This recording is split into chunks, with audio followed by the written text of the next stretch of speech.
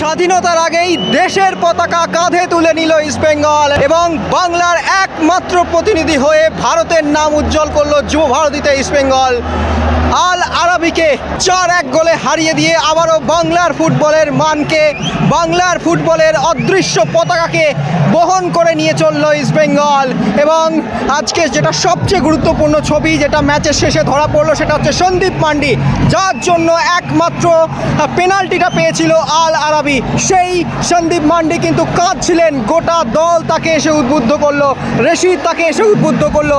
এটা ইস্টবেঙ্গলের জয়, বাংলা ফুটবলের জয়। সেই মুহূর্ত কিন্তু ধরা পড়লো গোটা স্টেডিয়াম জুড়ে। চলুন দেখে নিই সেই বিশেষ মুহূর্ত।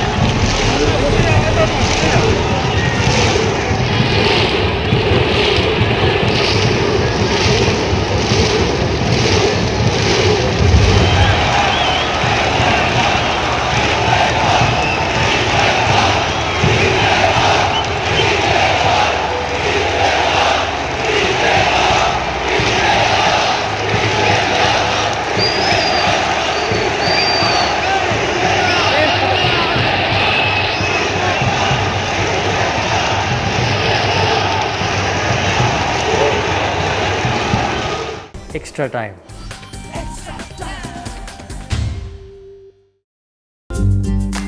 লেটেস্ট নিউজ আর এক্সক্লুসিভ ভিডিওর সঙ্গে আপডেট থাকতে এখনই সাবস্ক্রাইব করুন আমাদের ইউটিউব চ্যানেল। বেল আইকনে ক্লিক করতে ভুলবেন না যেন।